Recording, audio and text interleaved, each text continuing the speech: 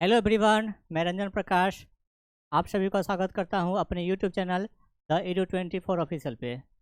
तो दोस्तों, जैसा हम लोगों ने घोषणा किया था कि हम लोग 26 जनवरी 2026 से आ रहे हैं, तो देखिए हम लोग आ गए हैं। और इस प्लेटफॉर्म पे मैं आप लोगों को भारत का भूगोल का अध्ययन करवाऊँगा।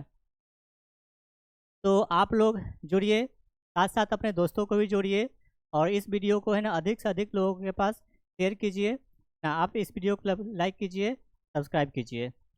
तो हम लोग जो आज अध्ययन करेंगे इंडियन ज्योग्राफी, तो मैंने फर्स्ट क्लास में इससे पहले भी एक क्लास लिया था, उसमें मैंने आके सिलेबस का जिक्र किया था और इस भूगोल में ना मैं क्या क्या पढ़ाऊँगा उसका जिक्र किया था।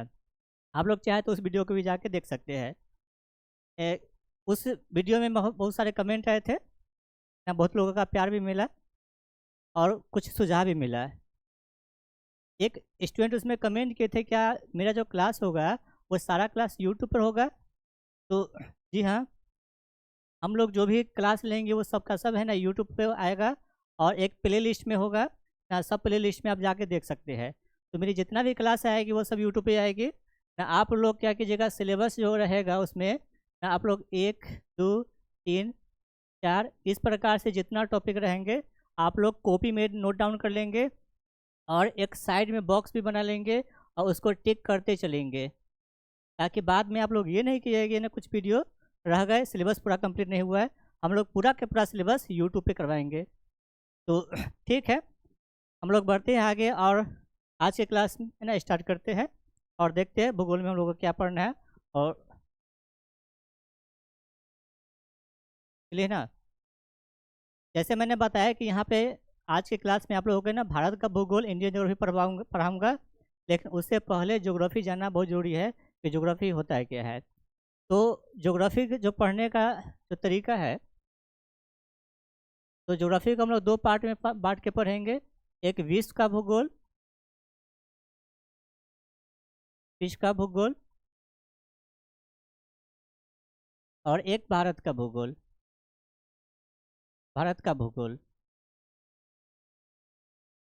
दोस्तों, मैं इस सेशन में पहले भारत का भूगोल का अध्ययन करवाऊंगा। जस्ट ये खत्म हो जाएगा तो फिर उसके बाद हम लोग विश्व का भूगोल का अध्ययन करेंगे। विश्व का भूगोल में तो बहुत मज़ा आएगा ही, क्योंकि इसमें बहुत सारा कॉन्सेप्ट है, बहुत सारी कहानियाँ हैं। इंडियन ज्योग्राफी भी है, इसमें थोड़ा सा फैक्ट ज़्यादा है और एग्जाम बेसिस से है ना, ये काफ़ी इंपॉर्टेंट है। तो हम लोग उसको देखेंगे। तो आते हैं हम लोग ज्योग्राफी के बारे में। तो ज्योग्राफी पढ़ने से पहले ज्योग्राफी है क्या, अ,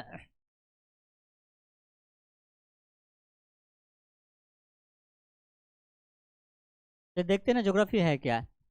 तो ज्योग्राफी जो है ये दो शब्द से मिलके बना है।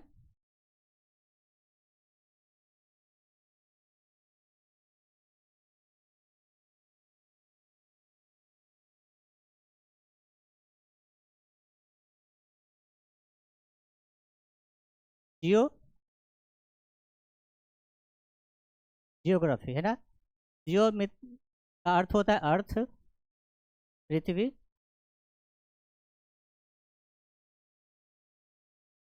ग्राफी का मतलब होता है स्टडी,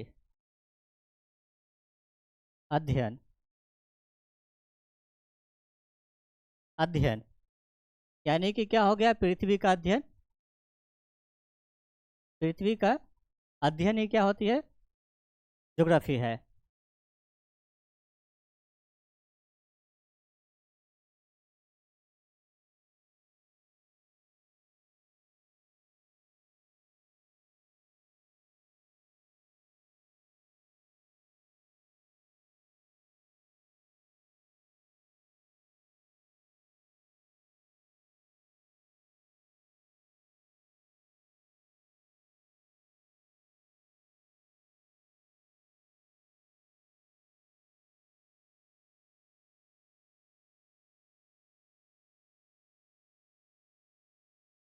ये नया ही पेज लेते हैं।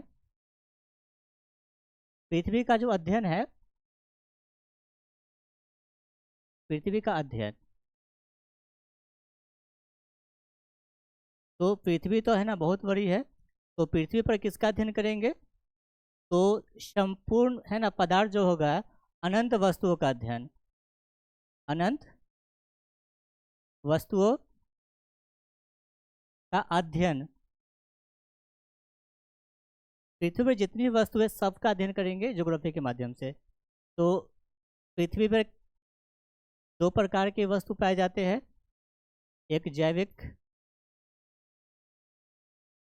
तत्व और एक अजैविक तत्व।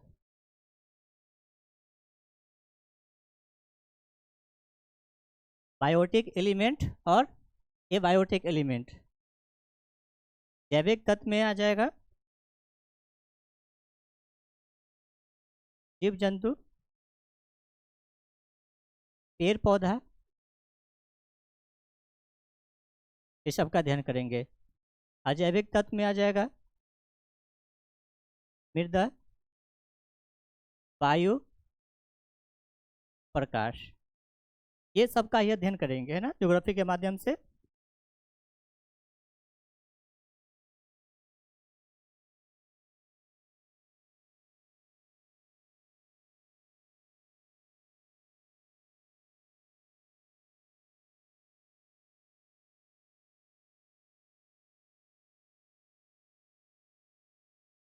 तो देखते हैं जैविक तत्व अजैविक तत्व है, इसमें ना वो सारे वस्तु का अध्ययन करेंगे। तो ये सब है ना भौतिक तत्व, यानी कि भूगोल में भौतिक तत्व का अध्ययन करते हैं।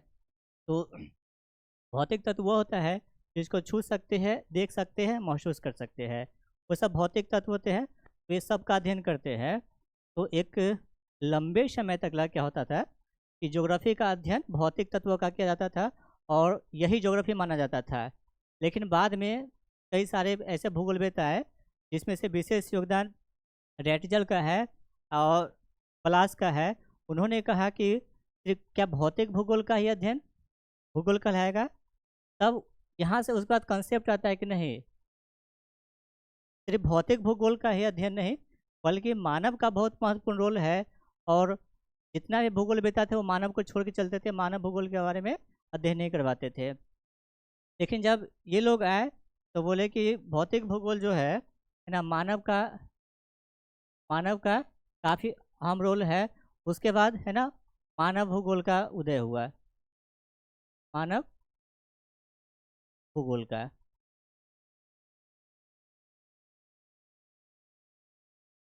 तो इसमें आप देख सकते हैं रेटजेल और डी ला वलास, ये प्रमुख भूगोलवेता हुए यूरोप के, जिन्होंने मानव भूगोल का है ना अध्ययन करवाया। और फिर भूगोल का जो अध्ययन केंद्र पहले होता था भौतिक भूगोल,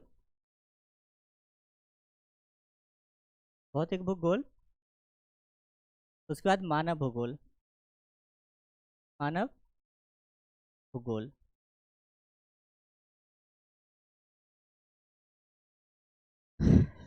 तो देख सकते हैं ना भौतिक भूगोल, फिजिकल ज्योग्राफी ना। फिजिकल ज्योग्राफी में क्या होता है ना, जितना भी पृथ्वी पर स्थलाकृति देखते हैं वो सब फिजिकल ज्योग्राफी है, जिसमें से भू आकृति विज्ञान का अध्ययन करते हैं। पृथ्वी पर जितना भी ऊंचा वक्ष है वो सब का अध्ययन करवाते हैं। उसके बाद देखते हैं जलवायु, समुद्र विज्ञान, जल विज्ञान, मृदा और वनस्पति, ये सब फिजिकल ज्योग्राफी में आते हैं। और मानव भूगोल में क्या आएगा? तो मानव के सामाजिक एवं सांस्कृतिक, मानव का ऐतिहासिक विकास, भूगोल का ऐतिहासिक विकास कैसे कैसे हुआ वो सब पढ़ना है इसमें। जनसंख्या और बस्ती भूगोल, राजनीतिक, आर्थिक भूगोल, आर्थिक भूगोल में कृषि और पशुपालन, है ना, औद्योगिक उद्योगों का विकास, ना पर्यटन, व्यापार एवं परिवहन, ना सेवाएं, अवसंरचनाएं, रेल, सड़क, विद्युत ऊर्जा, ये सब ना आर्थिक भूगोल के अंतर्गत आते हैं। और भौतिक और मानव में देखें तो एक अंतर संबंध है, तो उस अंतर संबंध को हम लोग अध्ययन करते हैं जीव भूगोल में ना। तो जीव भूगोल में क्या क्या क्या पढ़ना है? तो उसमें सारा पारिस्थितिक तंत्र के बारे में पढ़ना है ना, पादप भूगोल के बारे में पढ़ना है, प्राणी भूगोल के बारे में पढ़ना है, और एक पर्यावरण भूगोल पढ़ना है। और एग्जाम में जो सिलेबस बनता है सब चीज़ रहता है यही, लेकिन कई सारे इसी का है ना डिवाइड कर दिया जाता है, कई सारे टॉपिक में बांट दिया जाता है। मतलब इसमें देखिए तो भू आकृति विज्ञान में कई सारे टॉपिक मिलेगा।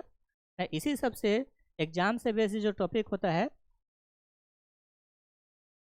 आप जितना पीछे जो देखे हैं वो सब इसमें आती है ये। तो हम लोग सबसे पहले इंडियन ज्योग्राफी का अध्ययन करेंगे, भारत का भूगोल का अध्ययन करेंगे। तो आप देखिएगा भारत आपको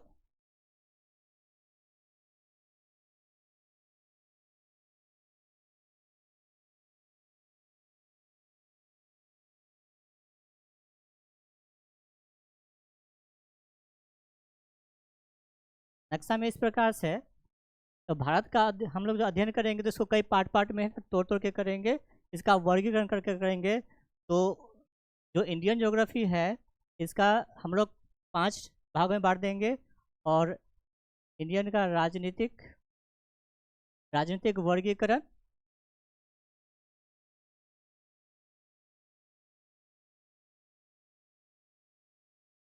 वर्गीकरण, करके इसका अध्ययन करेंगे।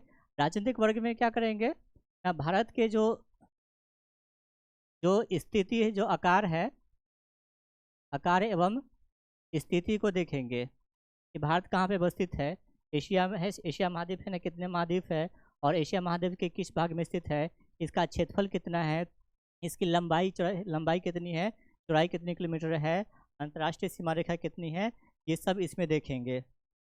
राजनीतिक रूप से जो बांटा हुआ है में सीमाएं एवं सीमावर्ती देश पड़ोसी देश के है ना चर्चा करेंगे इसमें। यानी कि जो मानव ने है ना भारत को बांटा है, देखिएगा तो इसको है ना कई राज्यों में है ना, तो 28 राज्य और 8 केंद्र शासित प्रदेश में बांटा है। तो ये राजनीतिक रूप से बांटा हुआ है ना। हम लोग के पास है ना कई सारे गांव है, जिला है, प्रदेश होता है, अनुमंडल होता है। इस प्रकार से राजनीतिक वर्गीकरण किया जाता है प्रशासन करने के लिए। लेकिन है ना प्रकृति ने भी भारत को है ना खूबसूरत रूप में बांटा है। तो आप देखिएगा इधर पर्वतीय क्षेत्र है, हिमालय पर्वतीय क्षेत्र है। इस क्षेत्र में देखिएगा तो ये मैदान है, ये प्रायद्वीपीय भारत है, ये तटवर्ती क्षेत्र है, और ये थार मरुस्थल है। तो इस प्रकार से प्रकृति भी बांटती है। तो हम लोग दूसरा जो देखेंगे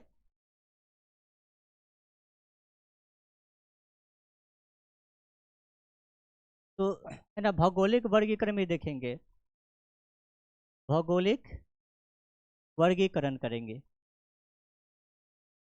भौगोलिक वर्गीकरण इसमें क्या आ जाएगा ना, भारत के प्राकृतिक प्रदेश आ जाएंगे। भारत के प्राकृतिक प्रदेश, इसमें भारत के प्राकृतिक प्रदेश में क्या होगा, तो उत्तर का हिमालय पर्वतीय क्षेत्र होगा ना, पहाड़ होगा, पहाड़िया होगा, ये सब होगा, थार मरुस्थल होगा, है ना, पठार होगा। इस प्रकार से ना जो प्रकृति ने विभाजन किया है उस प्रकार से इसको बांटेंगे, है ना। भारत को देखिए तो नदी भी है ना कई रूपों में बांटती है। तो पहला टॉपिक हम लोग राजनीतिक वर्गीकरण भारत का करेंगे ना, उसके बाद भौगोलिक वर्गीकरण करेंगे। उसके बाद देखिए तो ना भारत का जो आर्थिक वर्गीकरण, हम लोग आर्थिक है ना भारत का आर्थिक भूगोल का अध्ययन करेंगे। इसमें भारत में होने वाली कृषि के बारे में चर्चा होगी, पशुपालन होगा ना, उद्योग धंधे होंगे, नहीं ये सब इसमें आ जाएगा। उसके बाद देखिए ना भारत के सांस्कृतिक एवं राजनीतिक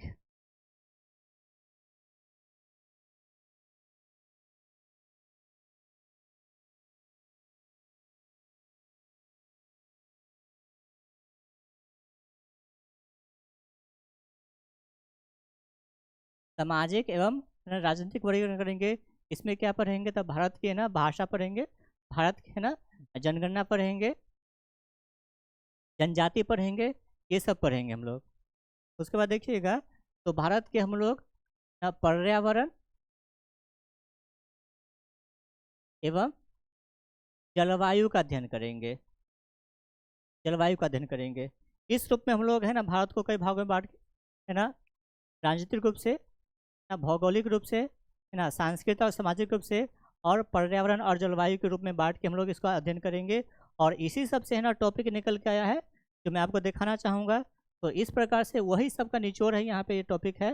तो आप लोग है ना क्या करेंगे, ये सारा टॉपिक आप लोग है ना नोट डाउन कर लेंगे। और इसको आप करेंगे क्या करेंगे, एक बॉक्स बना लेंगे और जो जो टॉपिक है ना पढ़ाई होते जाएगा ना, उसमें क्या करेंगे आप लोग टिक है ना करते चलेंगे, ताकि आपको भी पता होना चाहिए कि हम लोग को क्या पढ़ना है क्या नहीं पढ़ना है। तो आप लोग जब भी ज्योग्राफी स्टार्ट होगा तो आप लोग है ना एक A4 साइज का पेज और एक पेन हमेशा पास में रखिए, है ना, उसको नोट डाउन करते रहिएगा। वैसे आपको सारा PPT है ना हमारे चैनल ना द edu24 ऑफिशियल चैनल पर आपको सब उपलब्ध होगा ना, वीडियो ग्रुप में यूट्यूब पे उपलब्ध होगा, और इसका टेक्स्ट रूप में जो होगा या PPT जो होगा हमारे टेलीग्राम चैनल है ना उसमें मिलेगा। तो आप लोग है ना शुरू से अंत तक वीडियो देखिए, और आप लोग इंस्टाग्राम, फेसबुक या यूट्यूब है ना सबको हमारे चैनल को फॉलो कीजिए ना, और अधिक से अधिक दोस्तों को भी शेयर कीजिए। तो चलिए आगे बढ़ते हैं। तो चलिए, भूगोल जो है इसका विकास है ना एक दिन में नहीं हुआ, ये क्रमिक रूप से हुआ ना। भूगोल के विकास में कई सारे भूगोलवेत्ता ने अपने योगदान दिया। इसमें से सबसे पहले है ना यूनानी भूगोलवेत्ता है, और उन्होंने है ना कई सारे क्रम रूप से भूगोल के विकास में योगदान दिया। लेकिन हम लोग जो एग्जाम के विषय पढ़ेंगे तो उसमें दो बहुत इंपॉर्टेंट है, क्योंकि इससे क्वेश्चन का पूछा हुआ है, हम क्वेश्चन भी आपको दिखाएंगे बहुत जल्द। तो इसमें देखिएगा आप, हिकेटियस है ना, हिकेटियस को फादर ऑफ ज्योग्राफी कहते हैं, फादर ऑफ ज्योग्राफी ना, भूगोल के पिता कहते हैं। लेकिन आप लोग कभी कभी गूगल कीजिएगा तो आपको हो सकता है कि यहाँ पे हिकेटियस आपको न मिल के है ना इरेटोस्थनीज मिल जाएंगे। ऐसा क्यों होता है? ऐसा कारण क्यों कि ये है कि ये जो हिकेटियस जो थे ये सबसे पहले है ना विश्व का भूगोल बनाए थे ना, और इसको 3 महाद्वीप को दर्शाए थे।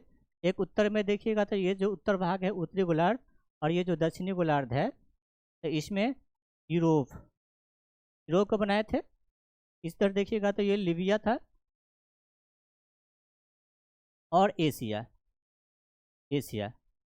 कहने का मतलब उन लोगों को सारे है ना महाद्वीपों की जानकारी नहीं था, लेकिन ये 3 महाद्वीपों का था, और उन्होंने मैप के बारे में बताए थे। इसलिए हालांकि इससे पहले भी कई सारे हैं, लेकिन इनका नाम प्रमुख है। तो ये जो 3 भागों में है ना भूगोल का मैप बनाए थे, इन्होंने पुस्तक भी लिखी थी तो उसमें इसका जिक्र किए थे। तो इसीलिए फादर ऑफ ज्योग्राफी के तौर पे इनको जाना जाता है। लेकिन आपको कई सारी एग्जाम में जब आएगा तो ऑप्शन में ये रहेगा, अगर दोनों में ये ऑप्शन आएगा तो ठीक है, लेकिन ऑप्शन में दोनों रहे तो ये रहेगा। वैसे एग्जाम अभी चला जितना भी हुआ है उसमें ऑप्शन एक ही रहता है, तो कन्फ्यूज नहीं होना। तो इरोस्ट्रीज के बारे में देखते हैं। तो ये भी है ना ग्रीक विद्वान थे। इन्होंने सबसे पहले है ना व्यवस्थित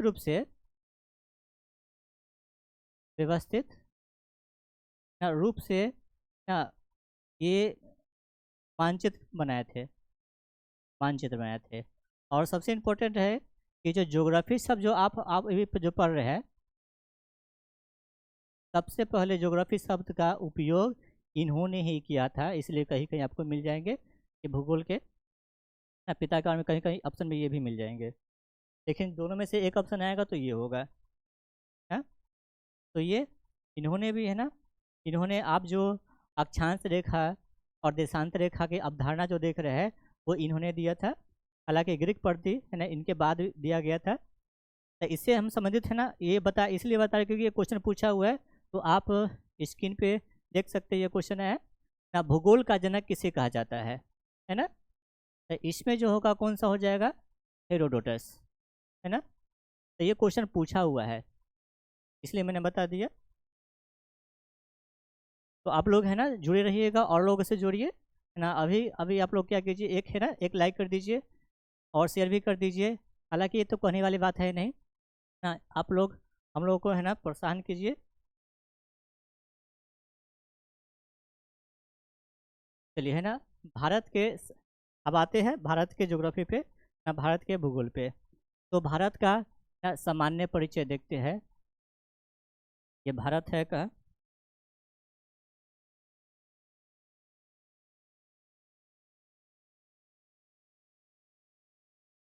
चलिए, है ना। ये जो भारत जो है हम लोग एग्जाम के भी से पढ़ेंगे, तो एग्जाम में जो भी क्वेश्चन बनती है, जो प्रमुख चीज़ें होती है उसको देखेंगे। तो पहली बात आप जो देखेंगे, ये जो पृथ्वी है ना, पृथ्वी के एक बीचों बीच एक रेखा गुजरती है जिसको भूमध्य रेखा,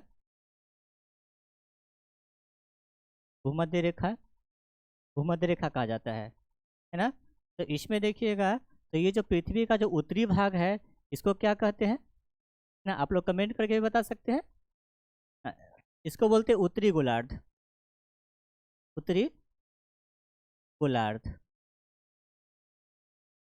है ना। और दक्षिणी वाला भाग को क्या बोलेंगे, दक्षिणी, दक्षिणी गोलार्ध,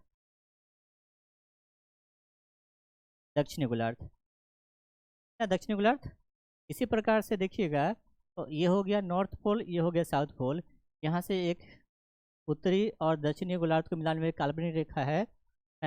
इस प्रकार से इसको है ना क्या बोलते हैं, इस प्रकार से ये सब देशांतर रेखा है ना। लेकिन इसको हम बाद में देखेंगे। हालांकि अक्षांश रेखा और देशांतर रेखा की चर्चा जो होगी विश्व के भूगोल में विस्तार से होगा। तो ये देखिएगा, तो ये जो गोलार्ध है इसी प्रकार से है ना, ये जो रेखा देख रहे हैं इस प्रकार से देशांतर रेखा खींची गई है। तो इसके बीचों बीच जो देशांतर रेखा है जो 0 डिग्री है, इसको देखिएगा तो ये जो इस साइड हो गया, ये क्या हो गया, ये पूर्व, है ना, ये पश्चिम, ये पश्चिम। तो इस प्रकार से जो आप इसके भाग आधा इस प्रकार से जो देखते हैं, जो पूरब में है इसको क्या बोलते हैं ना, इसको पूर्वी गोलार्ध बोलेंगे, है ना, पूर्वी गोलार्ध। और इसको क्या बोलेंगे, पश्चिम वाले भाग को पश्चिमी गोलार्ध। जो भी मैं बता रहा हूँ है ना, ऐसे ही नहीं बता, बल्कि एग्जाम के भी से क्वेश्चन पूछा हुआ है इसलिए बता रहा हूँ ना। तब भारत को आप देखेंगे तो इस साइड में आपको है ना ये भारत दिखेगा, है ना। तो ये क्वेश्चन पूछा भी है कि भारत जो है ना वो किस गोलार्ध में है। तो ऑप्शन में है ना कई सारे रहते हैं, तो इसमें आप देखेंगे तो ये भारत जो है, पहली बात तो ये अक्षांश के अनुसार से देखेंगे तो ये क्या है, ये उत्तर की तरफ है ना, उत्तरी गोलार्ध में है। तो ये उत्तरी अक्षा है ना, उत्तरी गोलार्ध में। और साथ साथ अगर देशांतर रेखा के तौर पर देखेंगे तो भारत जो है पूरब की तरफ है, तो ये पूरब गोलार्ध में है। यानी कि आंसर जो हो जाएगा है ना उत्तर, हाँ, उत्तरी पूर्वी गोलार्ध में। भारत किस गोलार्ध में है, आप लोग कमेंट भी करते रहिए ना। तो उत्तरी पूर्वी गोलार्ध में है। आप लोग है ना जब भी किताब पढ़ते होंगे, जब मैप में है कोई चित्र अगर आता है ना, मैप अगर दर्शाया जाता है तो आप हमेशा याद रखिएगा जो सबसे ऊपर में होगा आपके पेज में, जो ऊपर में वो जो होगा वो क्या होगा, ये नॉर्थ होगा, है ना। और जस्ट उसके नीचे मैप उल्टा लग गया है, लिखा हुआ है तो देख लीजिएगा आप लोग, है ना। नीचे में क्या होता है, साउथ होता है। कहने का मतलब कोई भी है ना, ये डायरेक्शन हो गया, ये ऊपर में नॉर्थ होता है ना, ये दाहिना साइड में क्या होता है, ये नॉर्थ हो गया ना, ये क्या हो गया, ईस्ट हो गया। लेफ्ट साइड में क्या हो गया, वेस्ट होता है। और नीचे क्या होता है, ये साउथ होता है। ये मैप में माना जाता है ना, ये अंतर्राष्ट्रीय संधि है, उसके तहत इसे मानते हैं, ये एक मानक है। तो भारत को हम लोग देखेंगे तो भारत की है ना चारों दिशा में क्या है उसको देख लेते हैं।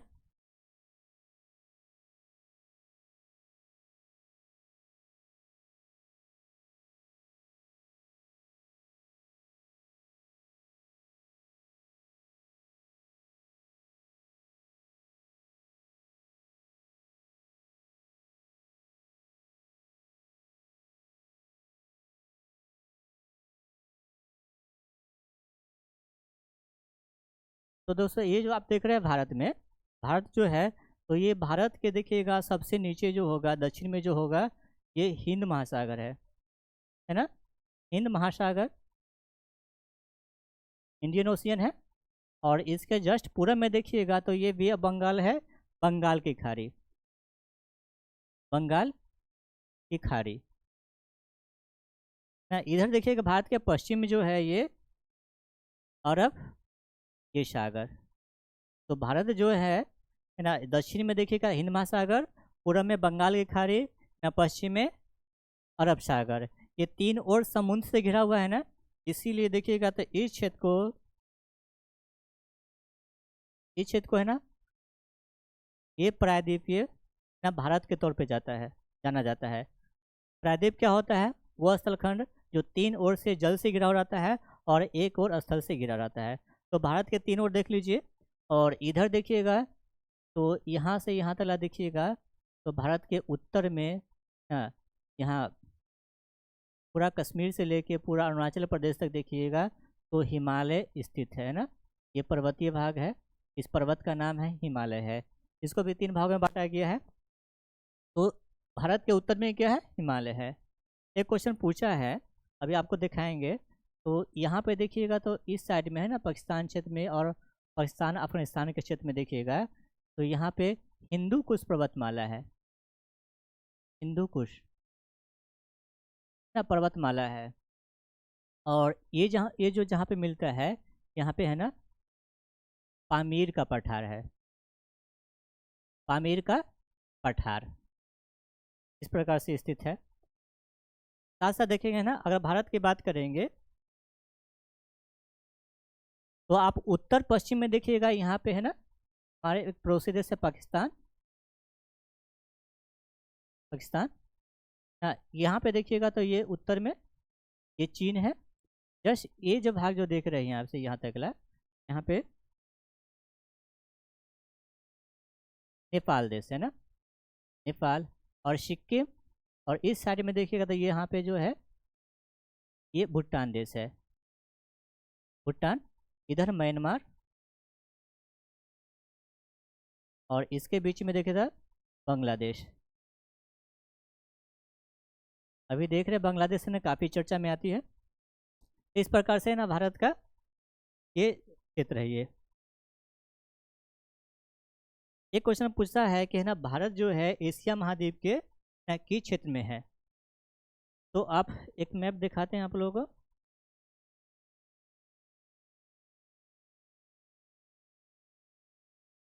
ये देखिए है ना, ये विश्व का मैप है, और विश्व के मैप में जो है ना ये 7 महादेश है। यहाँ से यहाँ जो देख रहे हैं ये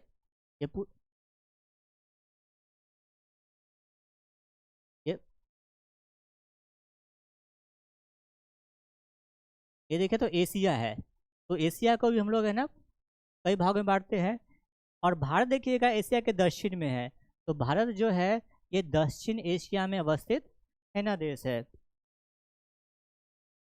ठीक है।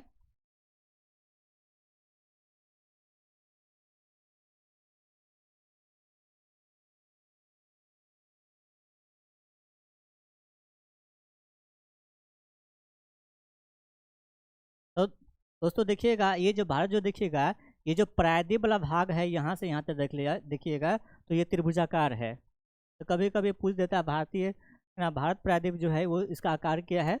वैसे सामान्यतः पूछे कि भारत का जो आकार की बात करेंगे तो अनियमित चतुष्फलकीय आकार है इसका। आप देखिएगा तो ये थोड़ा सा ऐसे इस प्रकार से चतुष्फलकीय है, लेकिन पूर्ण रूप से नहीं है, अनियमित रूप से है। लेकिन प्रायद्वीप की बात करेंगे तो त्रिभुजाकार रूप में स्थित। साथ साथ है ना अगर भारत की हम लोग लंबाई चौड़ाई की बात करेंगे देखिएगा तो यहाँ से लेके कश्मीर से लेके कन्याकुमारी तक इसकी लंबाई है ना कितने हैं वो सब लोग आप बचपन से पढ़ते होंगे। तो आप लोग है ना कमेंट करके बता सकते हैं भारत की लंबाई कितने उत्तर से दक्षिण। तो एकदम नंबर की तरह याद रखिए 3 2 1 4, उल्टा जाइए 3 2 1 और लास्ट में 4 बच गया था तो 4, यानी कि 3214 किलोमीटर जो है भारत की लंबाई है उत्तर से दक्षिण की बात है ना। इसी प्रकार से आप देखिएगा तो यहाँ गुजरात से ये चले जाइए आप अरुणाचल प्रदेश के सीमा तक तो इसकी जो चौड़ाई है पूरब से पश्चिम, इसकी चौड़ाई कितनी है? इसकी चौड़ाई है 2900 कितना 33 किलोमीटर है, ये चौड़ाई है। ये लंबाई चौड़ाई की बात कर लिए। तो साथ साथ है ना भारत का क्षेत्रफल की बात करेंगे तो भारत का क्षेत्रफल कितना है आप लोग कमेंट में बता सकते हैं। ये 32,87,263 वर्ग किलोमीटर है। ये एग्जाम में पूछा भी है एक बार, है ना। इसको दूसरे रूप में क्या दिया, 3.2 बिलियन किलोमीटर इतना है। एग्जाम में ये पूछा गया है। ऑप्शन में कभी कभी ये शॉर्ट रूप में भी दे देगा।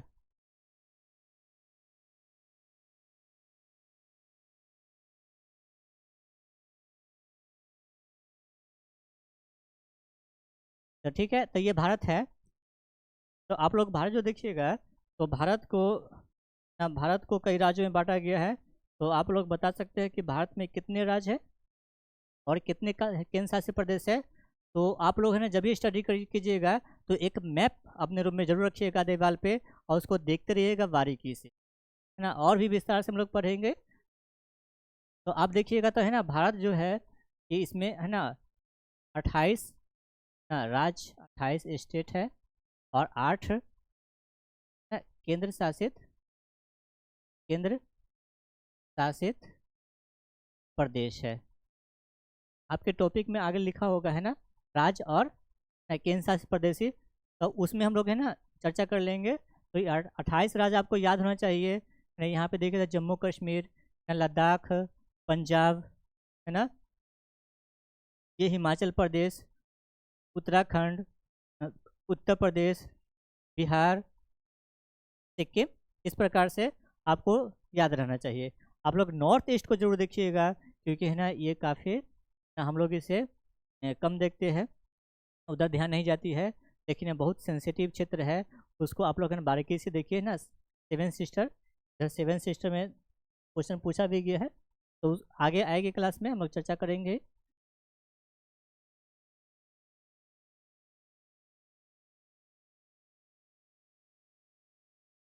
चलिए, एक क्वेश्चन आता है, ये तो हो गया। क्वेश्चन आता है क्षेत्रफल के अनुसार से ना, भारत जो है विश्व में ना कैमा बड़ा देश है। तो क्षेत्रफल के अनुसार से देखा जाए तो भारत जो है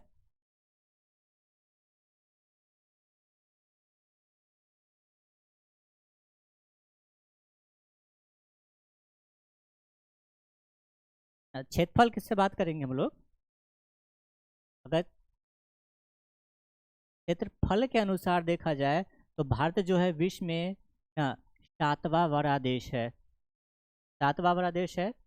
इसका मतलब है ना, हमसे और भी 6 ऐसे देश है जो क्षेत्रफल के अनुसार से बड़े हैं। वो कौन कौन है, तो उसको देखते हैं। सबसे बड़ा जो है वो कौन सा देश है, तो रूस। हम आपको मैप पे दिखा देते हैं ताकि आपको है ना बेहतर समझ में। तो विश्व में सबसे बड़ा जो देश है वो आपको मिलेगा ये रूस, है ना। जस्ट उसके बाद देखिएगा, इधर आइएगा तो नॉर्थ अमेरिका में ये कनाडा दूसरा स्थान पे है ना। तीसरा स्थान पे देखिएगा तो ये संयुक्त राज्य अमेरिका, यूएसए। हाँ, चौथा स्थान पे आइएगा तो चीन। आप लोग कभी है ना सर्च कीजिएगा अगर, तो उसमें आपको क्या होगा, कभी कभी आपको पहला स्थान पे, जो तीसरा स्थान पे जो है वो चीन दे देगा, लेकिन नहीं, आप इसको नहीं मानिएगा, बल्कि आपको चीन, क्योंकि चीन जो अपना मैप जो है वो अलग रूप में दिखाता है ना। वो अक्साई चीन को अपने में दिखाता है, अरुणाचल प्रदेश में भी दावा करते रहता है, यानी कि ना वो कई देशों पे करता है। लेकिन हम लोग डाटा के अनुसार जाएंगे, क्षेत्रफल के अनुसार जाएंगे, तो कौन है तीसरा स्थान पे, संयुक्त राज्य अमेरिका है। उसके बाद है ना चीन को रखेंगे, ठीक है। तो पाँचवा स्थान पे कौन सा है, तो पाँचवा स्थान पे देखिए था दक्षिण अमेरिका के एक देश है ब्राज़ील। छठा वाला देश कौन सा है, तो छठा वाला देश ऑस्ट्रेलिया है ना। उसके बाद सातवां स्थान पे कौन सा है, तो हम लोग है भारत। एक क्वेश्चन पूछा है, जो भारत जो है पाकिस्तान से कितना बड़ा देश है, तो भारत जो है पाकिस्तान से 4 गुना बड़ा देश है, ठीक है। तो ये हालांकि एग्जाम में भारत से पूछा जाता है, लेकिन जरूरी नहीं कि है ना इस सब से नहीं पूछा जाएगा, इससे भी कभी कभी क्वेश्चन पूछ दिया जाएगा। नहीं तो कभी कभी क्या होता है, क्रोनोलॉजी में पूछ लेता है ना, आरोही क्रम में या अवरोही क्रम में भी क्वेश्चन पूछता है। तो एक बारीकी से हम लोग देखते चलेंगे, ठीक है। लेकिन हम लोग क्या करेंगे, 10 देश को देख लेंगे, है ना। जब 7 देख ही लिए तो 3 और की छोड़ देते हैं, तो उसको भी देख लेते हैं।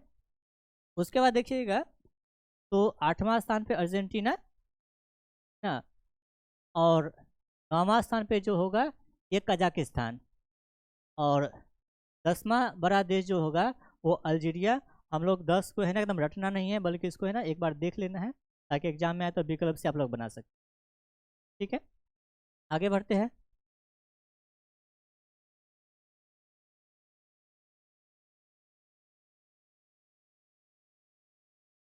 तो ये मैंने पीपीटी पर देख भी है ना लिख भी दिया है, आप लोग है ना इसको पढ़ भी लेंगे, अपना नोट तो बनाते ही रहेंगे।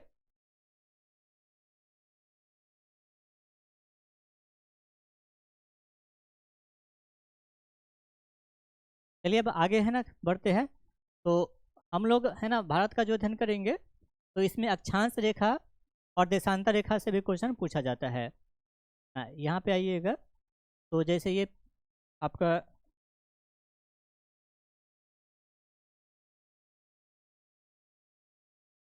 ये पृथ्वी हो गया। तो पृथ्वी का है ना स्थान ज्ञात करने के लिए, उसका लोकेशन ज्ञात करने के लिए हम लोग को अक्षांश रेखा और देशांतर रेखा की जरूरत पड़ती है। हालांकि हम जब वर्ल्ड ज्योग्राफी पढ़ाएंगे तो उसमें अक्षांश रेखा और देशांतर रेखा का है ना एक स्पेशल क्लास होगा, उसमें हम लोग विस्तृत रूप से पढ़ेंगे। लेकिन अभी भी हम लोग को आवश्यकता है, इसलिए थोड़ा सा अक्षांश रेखा और देशांतर रेखा की चर्चा कर लेते हैं। तो आप देखेंगे है ना विश्व पृथ्वी जो है इसके बीचों बीच एक विषुवत रेखा है, और इसकी समांतर रेखा देखिएगा तो उत्तर में है ना, ये 0 से स्टार्ट करेंगे तो ये 90 तक ला उत्तर में अक्षांश रेखा है। इसी प्रकार से दक्षिण में भी देखिएगा तो 0 से ये 90 तक ला है ना, ये समांतर रेखा जो है साउथ पोल नॉर्थ पोल, तो ये देशांतर अक्षांश रेखा है। और देखिए अक्षांश रेखा जो एक दूसरे के समानांतर है ना, कहीं पे भी ये नहीं करती है, लेकिन इसकी लंबाई में देखिएगा तो विषुवत रेखा पे सबसे अधिक लंबाई होगा।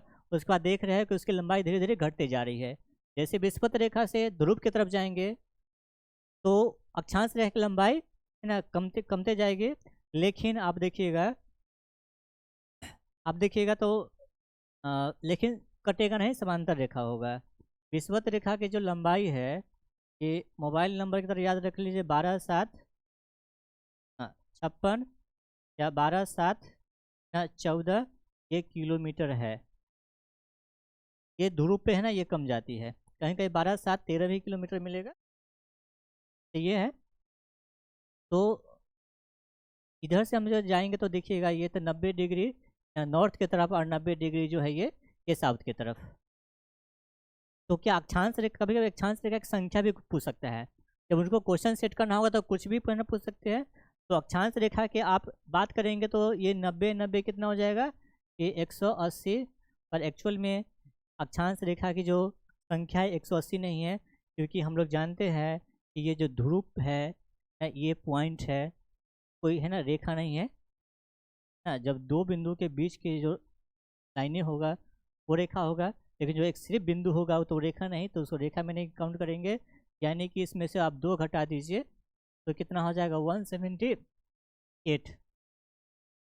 लेकिन आप देखिएगा एक विषुवत रेखा भी तो है, 0 डिग्री है, यानी कि इसको जोड़ दीजिए तो 179। टोटल ग्लोब पे 179 अक्षांश रेखा है काल्पनिक रूप से।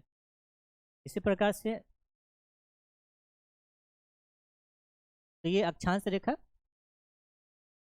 दूसरा देखिएगा ना तो देशांतर रेखा। तो ये आप जो ये पृथ्वी है, ये नॉर्थ पोल, ये साउथ पोल, तो इसके बीच में देखिए है ना नॉर्थ पोल से साउथ पोल को मिलाने वाली जो रेखा है, कई सारे काल्पनिक रेखा ये देशांतर रेखा कहलाती है।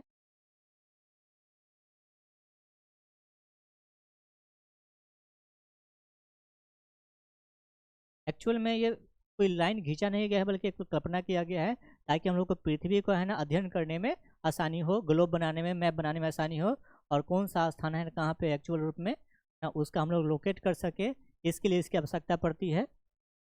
तो ये देशांतर रेखा ना, ये इसी प्रकार से देशांतर रेखा से ना इस पार में जाएंगे, जो पूर्वी में जाएंगे ईस्ट में, और इधर जाएंगे है ना वेस्ट में। तो इस प्रकार से यहाँ से 0 से स्टार्ट करेंगे तो 180 डिग्री है ना ये ईस्ट, और 180 डिग्री क्या है ये वेस्ट। लेकिन एक्चुअल में देखिएगा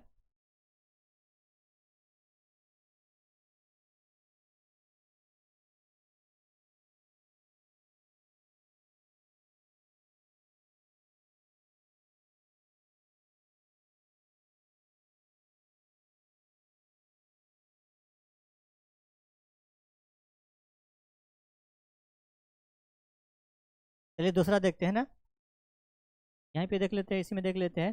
तो 180 डिग्री नॉर्थ और 180 डिग्री जो है साउथ, ये देशांतर रेखा है। तो लेकिन टोटल देशांतर रेखा की बात करेंगे हम लोग, टोटल देशांतर रेखा। तो 180 और 180 ये 360 होना चाहिए था। लेकिन आप देखेंगे जैसे कि हमने यहाँ से इधर जाएंगे इस प्रकार से 180 डिग्री, और इधर आएंगे 180 डिग्री, तो ये पृथ्वी तो गोल है।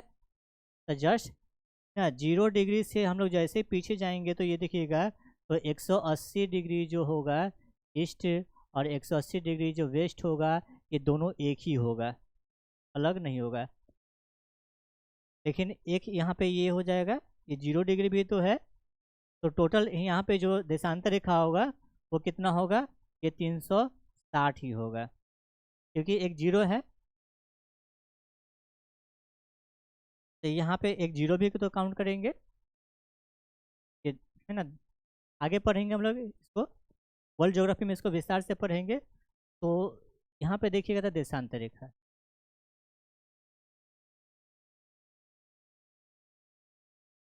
तो ये जो है ये क्वेश्चन है ना, ये क्वेश्चन के तौर पर है, इसको हम लोग अगले क्लास में पढ़ेंगे। फिलहाल हम लोग क्या है, जो अभी मैंने जो बताया है कुछ क्वेश्चन, उसको देख लेते हैं कि इससे क्वेश्चन क्या पूछा जाता है।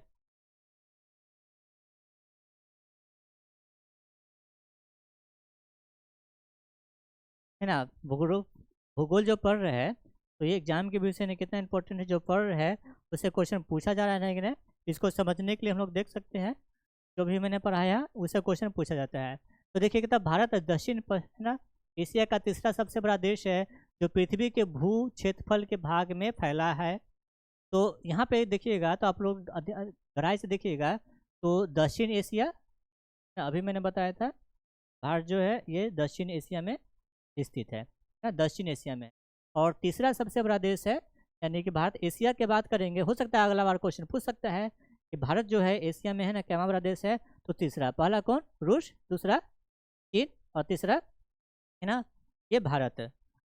और दूसरा देखिए ना, क्षेत्रफल के अनुसार से जो भारत का जो है पूरा संपूर्ण पृथ्वी का 2.4% भूभाग पे स्थित है। पूरा पृथ्वी पर भारत का जो क्षेत्रफल है वो पूरा पृथ्वी का कितना है, तो 2.4% भाग पे है। तो ये है ना पृथ्वी के भूक्षेत्र भाग में कितना फैला हुआ है, तो ये 2.4%। देखिए अगर डैश में भारत हिंद कुश पर्वत श्रृंखला से घिरा हुआ है, अभी मैंने बताया था ना, है ना, ये जो भारत है यहाँ पे है ना, ये हिमालय, ये जो कुछ पर्वतमाला, यहाँ पे पामीर का पठार, तो ये है ना, इसका आंसर क्या हो जाएगा, उत्तर पूर्व, है ना। ये हिंदू कुश पर्वतमाला क्या है, ये उत्तर पूर्व में है। अगला क्वेश्चन देखते हैं।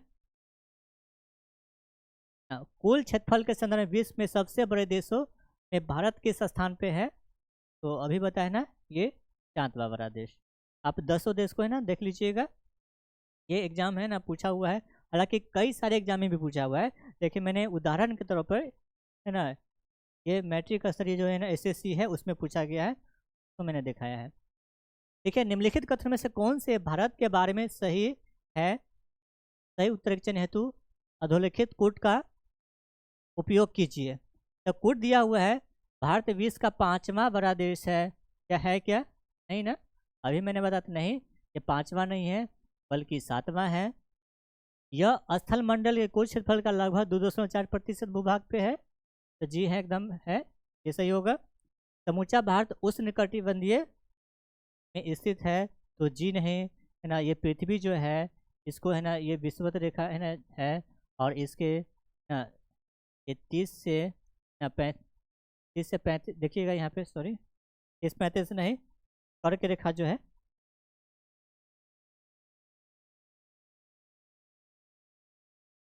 23.5 डिग्री है ना, 23.5 डिग्री जो कर्क रेखा है, और इधर 23.5 डिग्री साउथ में, ये नॉर्थ में, ये क्या है, मकर रेखा है। तो कर्क रेखा और मकर रेखा के बीच में जो भूभाग होगा, ये जो क्या होगा, सूर्य का प्रकाश सीधा पड़ेगा, तो ये उष्ण कटिबंध वाले क्षेत्र होंगे। और है ना कर्क रेखा से देखिएगा तो 60 से 65 है ना, या 66.5 डिग्री, ये हम बताएंगे आपको कि है ना 23.5 डिग्री ही क्यों और 66.5 डिग्री ही क्यों, उसका भी है ना कारण है, भौगोलिक कारण है। तो इस वाले भूभाग में देखिएगा दक्षिण में भी 66.5 डिग्री, ये नॉर्थ, ये साउथ। तो ये वाला भूभाग जो देखिएगा तो ये क्या कहलाएगा, यहाँ पे है ना ठंडा भी उतना ही पड़ता है और गर्मी भी उतना ही, तो ये उष्ण कटिबंधीय, उष्ण कटिबंधीय क्षेत्र में पड़ता है। यानी कि जो भारत जो है उष्ण कटिबंधीय, संपूर्ण रूप से उष्ण कटिबंधीय क्षेत्र में नहीं है, तो नहीं, ऐसा नहीं है, भारत उष्ण है ना और उपोष्ण, तो यहाँ उष्ण लिखा गया ना, उपोष्ण, उष्ण कटिबंधीय क्षेत्र में है भारत, तो ये भी गलत होगा ना। 82.30 पूर्वी देशांतर का उपयोग भारतीय मानक समय में निर्धारित करने के लिए किया जाता है, तो ये हम इसकी चर्चा है ना कल करेंगे, और ये क्वेश्चन पूछा जाता है। तो इसमें क्या होगा है ना, ये सही है, भारत का जो मानक समय जो है वो 82.5 डिग्री पूर्वी देशांतर रेखा को माना जाता है। तो इसमें से है ना कौन कौन से हो जाएगा, तो इसमें 2 और 4 कौन सा हो जाएगा, ये आंसर हो जाएगा। इस प्रकार से अगला क्वेश्चन देखते हैं, निम्नलिखित जोड़ों में से कौन सा जोड़ा सही नहीं है। भारत का कुल क्षेत्रफल 3.28 मिलियन वर्ग किलोमीटर है, अभी बताया है ना, 32,87,200 वर्ग किलोमीटर, यानी कि अगर इसको मिलियन में करेंगे तो 3.28 मिलियन वर्ग किलोमीटर हो जाएगा। तो ये तो सही है। भारत का अक्षांशीय विस्तार 8 डिग्री 4 मिनट उत्तर से लेके 37 डिग्री 6 मिनट उत्तरी देशांतर है, ये सही है। भारत का रेखांशीय विस्तार जो है वो 68 डिग्री 7 मिनट से 97 डिग्री 25 मिनट है, ये सही है। भारत में राज्यों की संख्या कितनी है, ये 26 नहीं है, बल्कि ये 28 है। इस प्रकार से ना झारखंड पीसीएस में ये क्वेश्चन पूछा है। और इसमें देखिए एक और क्वेश्चन है, भारत का विस्तार जो है, ये क्वेश्चन हम बाद में करवाएंगे क्योंकि आज ये मैंने पढ़ाया नहीं, ये कल है ना हम लोग देखेंगे। तो इस प्रकार से हम लोग देखें, और बाकी चीज़ है ना होते रहेगी। तो आप लोग है ना इस वीडियो को अधिक से अधिक ना लाइक कीजिएगा, सब्सक्राइब कीजिएगा, और शुरू से अंत अगला देखिए, अपने दोस्तों को शेयर कीजिए। तो जैसा हम लोगों ने वादा किया है उस अनुसार से हम लोग क्लास लेके आएंगे और लगातार लेके आएंगे। आपको 26 जनवरी 2026 से मिशन 26 को है ना वो कंटिन्यू रूप में चलेगी, आपको सारा क्लास ना आपको मिलेगा इस प्लेटफॉर्म पे। तब तक के लिए है ना हमें दीजिए इजाज़त, हाँ फिर मिलेंगे बहुत जल्दी। थैंक यू, जय हिंद, जय भारत।